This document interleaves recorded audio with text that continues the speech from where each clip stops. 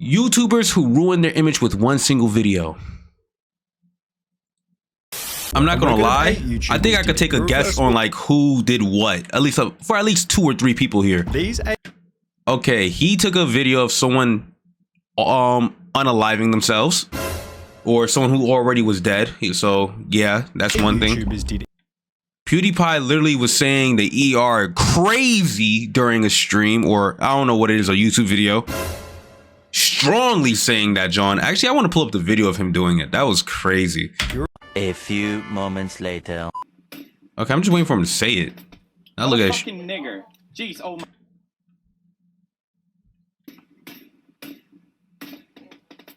What a fucking nigger. Jeez, oh my god. What the fuck? Sorry, but what the fuck?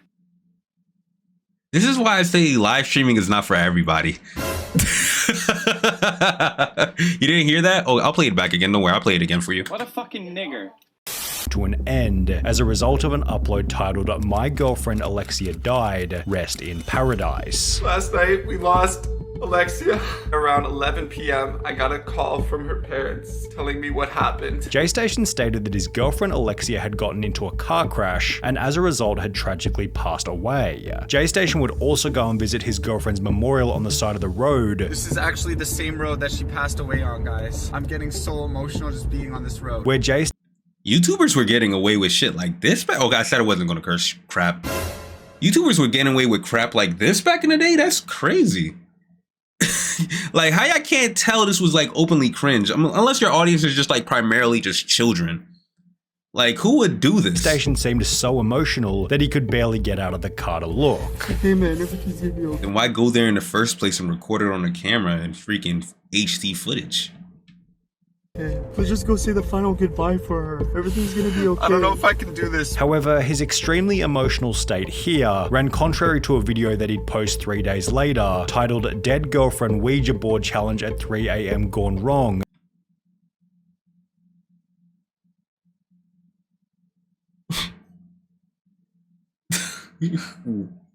Is his girlfriend actually dead? I'm not gonna lie, this is insane. Is his girlfriend actually dead? In which he couldn't stop smiling. We're doing the Ouija board challenge on my dead girlfriend. Let's smash the like button right now, guys. 1 like equals 1 prayer for Alexia, guys.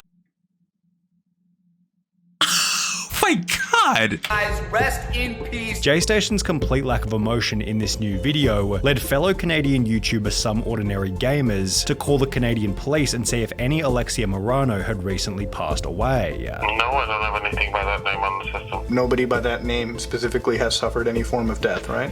No, I have an Alexia, but there's no death in that. As mentioned by the police officer, nobody by the name of Alexia had died, and after other channels such as Penguin Zero covered the story, Alexia came forward to confirm that she was still alive. I'm sure a lot of you are really confused as to what's going on right now between me and Jay and the videos that he posted. Alexia would go on to explain that she had nothing to do with the JStation videos. I was not a part of any of them. It was just Jay, and I didn't even know what he was gonna say in those videos before he posted them. And as a result, the two had broken up. I felt like he was just constantly being mean to me for some reason. The times that he was mean to me, it's just like he was so mean. However, Shut the fuck. Oh, not cursing. Yo, I'm sorry. I hate YouTubers who be crying on the camera 24/7. How long did a lie proceed before you decided to say, hey guys, I'm alive still? Whoopsie-doo, I'm still alive. How long did the lie go on for?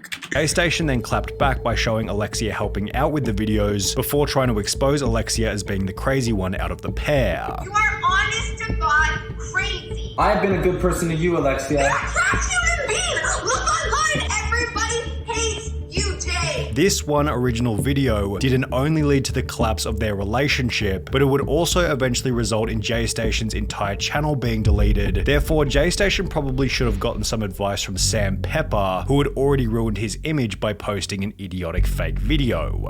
Yo, get ready to cook them nuggets, my boy. Flip them burgers, get them patties fresh and ready for me, you heard?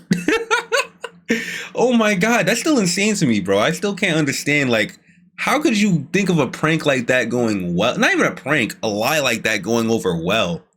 Cause there's gotta be like, if you're a popular content creator, I think people in your neighborhood would like know of you, right? So someone's gonna bump into your girlfriend eventually, especially if y'all still together. Like, what was the point of even doing all that? Like, why? Especially if you're already getting views, you already got the clout. Why even go to such a drastic measure just for a little bit of an extra boost in popularity? And plus, that should have been blatantly obvious to like the common person. Like, what the hell? It went by the now infamous title Killing Best Friend Prank, and it began with Sam stating this. Let's see how he reacts to his best friend of 5 years being killed in front of him. The premise of the prank was that two friends get taken to a rooftop somewhere where one of the friends who was in on the prank is shot with a fake gun to see how the other friend will react. Even though they eventually reveal that the whole thing was one giant prank, the absolute magnitude of the stunt helped it to go viral, racking up over 9 million views in a little over 3 weeks. But while the extremity of the video helped it to go viral, the prank also began to receive an unbelievable amount of backlash. It was obvious that Sam didn't care about the controversy in the beginning, as he'd respond to the drama by promising to delete his YouTube channel if he was donated 1.5 million on GoFundMe. Your goal's pretty steep here, $1.5 million. I just thought if everyone hates my channel so much, they gotta put that money where their mouth is, you know? Yet this only seemed to add more fuel to the fire, as he was still getting heavy backlash over 3 months later, at which point it became all too much to handle.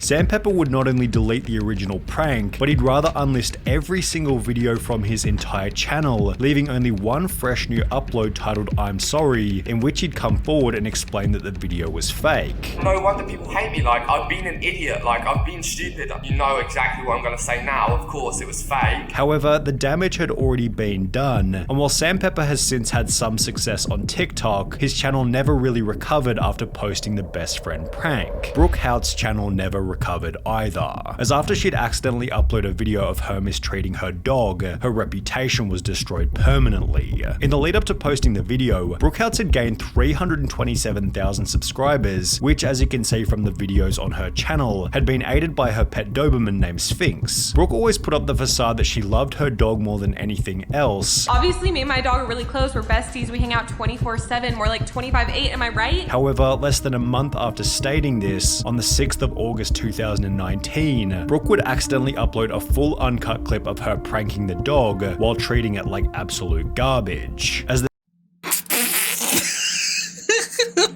Bro, I hope did she do more than just push the dog? Because I swear, this is why I don't like showcasing pets on like the camera. If that's all she did and she got canceled for that, then y'all would hate me, bro. Me and Simba be having straight up fights. Me and Simba be slap boxing and everything, bro. Me and Simba be scrapping it up. So like, if that's all that's taking place for her to get canceled, hey, let me keep that on the low. The video began to spread throughout social media. Almost every single news outlet wrote an article on the story, prompting a change.org petition titled Ban Brooke Houts from YouTube, which received over 67,000 signatures. Peter would also take to Twitter in a post hoping that she was banned from the platform, yet incredibly her channel remained active, helping her to post a bizarre apology video about a month after the original incident. First, I want to start this video by saying thank you. I just want to genuinely say thank you. Although this video did nothing to fix her image, as after taking a 7-month break from the platform, she'd return with an upload titled Where I've Been, which received an impressively terrible 98% dislike ratio, solidifying just how much damage this one video had done. This is why you don't build up your audience with a bunch of freaking pet lovers and dog lovers, and bro, they don't play when it comes to animals. That type of audience, they love their pets more than they love human beings. You probably didn't show any real intent of abuse or anything. I didn't see the video. All I seen was one clip of her pushing the dog, which is really that's it. Like, even if you're not like really displaying any true signs of you being an abusive owner, they love their animals so much that they'll still view it as you being like the freaking devil in their eyes. Like, yeah, she kind of set herself up for that one. I'm not even gonna lie. I feel bad though. I do feel bad. This doesn't seem like it's deserving at all to me.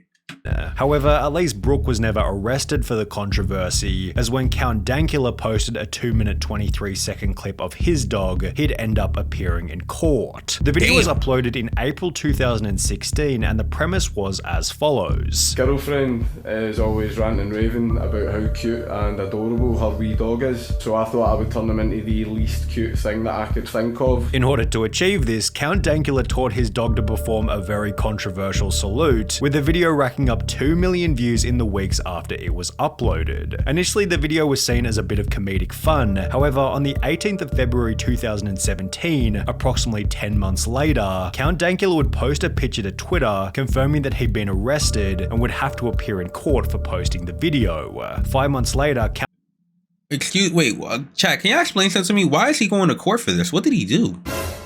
What did he teach the dog? And I didn't know there was things you could teach that would be illegal to like a pet. Like, what did he do? Wait, huh? Okay, maybe he's going to explain it. Count Dankula would take to Twitter once again, stating, "Trial starts tomorrow, no jury, only a judge. But it will be an open trial." He taught the dog Hail Hitler, so you go to court for that? That's enough for you to actually go to court? Teaching a dog a freak... Really? That's it? That's court worthy? That's jail worthy? Teaching a dog to put his hand up straight? Oh my god, okay. Trial as in members of the public can attend, and as a result, many fans showed their support at the trial. However, this didn't seem to have any impact on the decision made by the judge, who ruled Count Dankula guilty and ordered him to pay a $1,000 fine. The judge stated, "As a matter of law, the test is not whether the video was offensive, but whether it was grossly offensive. I concluded that your video was not just offensive, but grossly so as well as menacing." Count Dankula was able to overcome this hiccup and still maintains his popularity on YouTube up until this day. However, the same can't be said for the Try Guys member Ned Fulmer, whose entire career came to a crashing end after a single video was posted of Ned cheating on his wife. The girl in the video was fellow BuzzFeed employee Alex Herring, who had been in BuzzFeed videos with Ned before, and after the original screenshot of the two kissing went viral, a bunch of other evidence surfaced to confirm that Ned and Alex had been seeing each other behind the scenes. And that's the thing. Actually, there is no thing. What was I gonna say? Oh yeah, if you go public on a relationship for social media, I lost my point. I'm not even gonna lie. Yo, if you're not sure about your relationship, don't show the world your relationship. Unless that's actually like your wife, you're not thinking about actually like committing any infidelity or anything like that, where people would like recognize you for being with that other person. Just don't do it, bro. Why y'all think y'all never see me with a girl on stream? Cause for one, I got no hoes, that's one. But secondly, I don't want y'all to associate that person with me. Like I don't want y'all, every time y'all see that person, y'all gonna associate that person with me. And now if you see that person with a different guy, it's like, oh, isn't that Jesus? We don't want any mishaps happening. That's why if you're gonna do all that, make sure it's like, you know what I'm saying, your wifey or something. And also, Junior, thank you for the follow. Welcome to the goddamn channel. Welcome to the channel. One motherfucker said mommy 7. I remember that. And that was disgusting. I hated that. I'm not even gonna lie. I'm not even gonna lie. Like, we can't be presenting titles or any like status to anybody until they earn it. And you know when they're gonna earn it? When they get a freaking ring in their finger, or is like, you know what I'm saying, they get a nice little belly bump. Until then, there is no mommy 7. There is no female 7. There is no counterpart. Y'all not seeing no girlfriend of mine until I'm taking them full on serious, chat. We ain't doing that. I learned my lesson from when I was younger doing them freaking cuffing content creator videos. Y'all wasn't there for that. There was a time I used to do reaction videos with my ex. There was like 10 videos up. That was my channel before. It was a couples channel. Thank God that shit deleted though. Deleted them shits. Only one who seen those was Professor. The event was so scandalous not only because Ned, his wife, and Alex were all public figures, but because Ned's main shtick within the videos was that he loved his wife so much and was therefore extremely dedicated to the marriage. Okay, take my whole point across. That was his wife and the mother of his child. Never mind. He's a dickhead. Oh, wow. He a dickhead. Ned was literally known as the wife guy and would constantly talk about his wife and how much he loved her, to the point where people have made compilations on YouTube of him mentioning her. As a result of the scandal, Ned was fired from his high status position as one of the Try Guys, which was followed by the group posting their own video to explain the decision. Ned Fulmer is no longer working with the Try Guys. We found that Ned had engaged in conduct unbecoming of our team, and we knew that we could not move forward with him. He's now been fired and has publicly embarrassed his wife and 2 children. Turns out Mr. Nice Guy Dependable isn't so nice and dependable after all. Ned Fulmer had months to stop his eventual collapse. However, PewDiePie wasn't quite so lucky, as after making a single joke in a single video, he'd accidentally changed the social media landscape forever. The video was titled, "I've discovered the greatest thing online." Wait, it wasn't when he said the N-word? Oh shoot, I was wrong, my fault. And it was posted on the 11th of January 2017. The premise was that PewDiePie was testing out the website Fiverr. There's a website called Fiverr where you basically can ask anyone for anything for $5. And therefore, as you might suspect, the video wasn't all that controversial in the beginning. He'd order a subscribe message from Jesus, pay to have his pictures photoshopped, and even had someone sing to him in Hebrew. However, it would be after PewDiePie ordered from the guys dancing in the jungle that things became controversial. As a part of the Fiverr deal, PewDiePie was given the opportunity to write a 5-word message, which the guys would hold up on a sign in the video. Well, PewDiePie decided to have a bit of fun with it and wrote an anti-Semitic phrase just to see if they'd do it. And as you can tell from PewDiePie's reaction, they most certainly did, leading PewDiePie to state this: "I didn't think they would actually do it. I feel partially responsible, but..." What was the anti-Semitic? I want to hear it, bro. Come on. Come on now, chat. I want to hear the anti-Semitic phrase. What did they do? I'm curious. Just, I didn't think they would actually do it. Like, I'm not anti-Semitic. I'm not going to say you are, even though a lot of people will say otherwise, but hey, go ahead. Or whatever it's called. Okay, so don't get the wrong idea. It was a funny meme, and I didn't think it would work. Okay. Which was followed by the video being uploaded as usual. Isn't PewDiePie like German or something? So it's probably like, it's like double the offense. It's really like double the offense. Isn't he like German? However, the response that the video generated certainly wasn't usual, as only 3 days later, articles began to pop up explaining that PewDiePie I don't know this dude. by his Disney-owned multi-channel network. Upon seeing Disney drop PewDiePie, other advertisers such as Johnson & Johnson, the UK government, Coca-Cola, and Dr. Pepper removed all advertising from the platform, fearing that they might be put beside some unsavory content. In order to get these advertisers to return, YouTube introduced the demonetization of non-family friendly content, leading some creators to instantly lose more than half of their revenue. So it's PewDiePie's fault. That's what happened. PewDiePie started the apocalypse. It was his fault. Great. With us, our YouTube money was cut by more than 60%.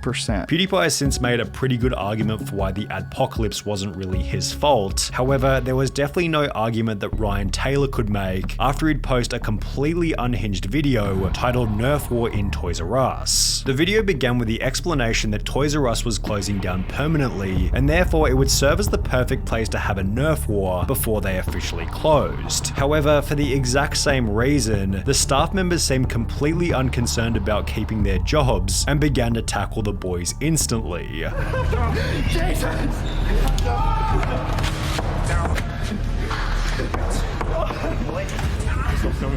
After this exchange occurred, the conflict escalated further. You have no authority, bro, so I'll slam you back. Don't try and touch me, bro, and even you.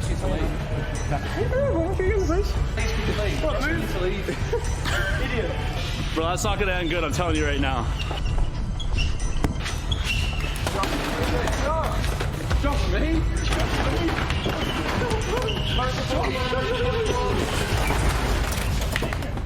Which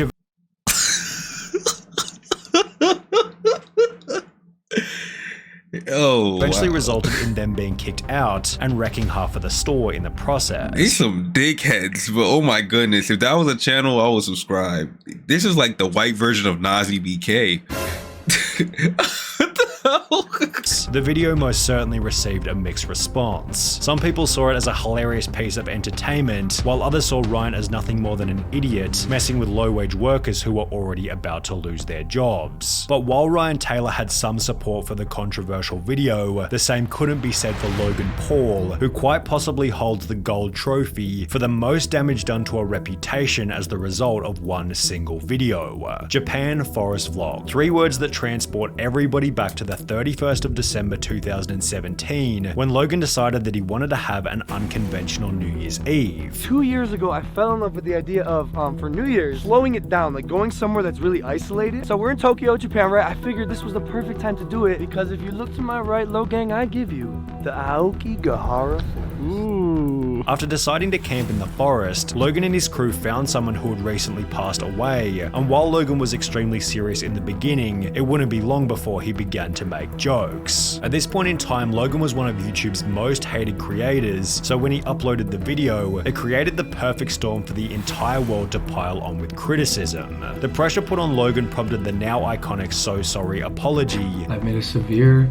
and continuous lapse in my judgment. And while this video received over 60 million views, making it quite possibly the most well-known mistake in YouTube history, Logan was eventually able to repair his reputation using some very unique strategies. I'm not gonna lie, bro. Being a YouTuber at those levels was so easy. I don't know how to be fucking up the bag that crazy, bro. PewDiePie had a deal with Disney and they were just moving nuts with it. Oh my goodness. Like, some of this stuff seems like common sense to me, but then again, I guess you learn from the previous content creators' mistakes, so you don't make them yourselves. And shoot, I'm still learning, bro. I'm still learning how to control my mouth. I be cursing up a storm when I feel like it. So I'm not one to talk in regards to that, because now YouTube's even getting more stricter on that. But if you got someone to blame in regards to like why YouTube is being so strict, why is moving the policies in this direction where it's completely like soft and you can't curse so they can get more revenue? Logan Paul and PewDiePie. I don't know the rest of these dudes. I forgot their names. But blame those 2 niggas. It's their fault. All right? Simple as that. They did it. It's their fucking fault. They are the main 2 culprits on why it's so much more difficult for newer content creators to be more free in regards to their content. They were too wild.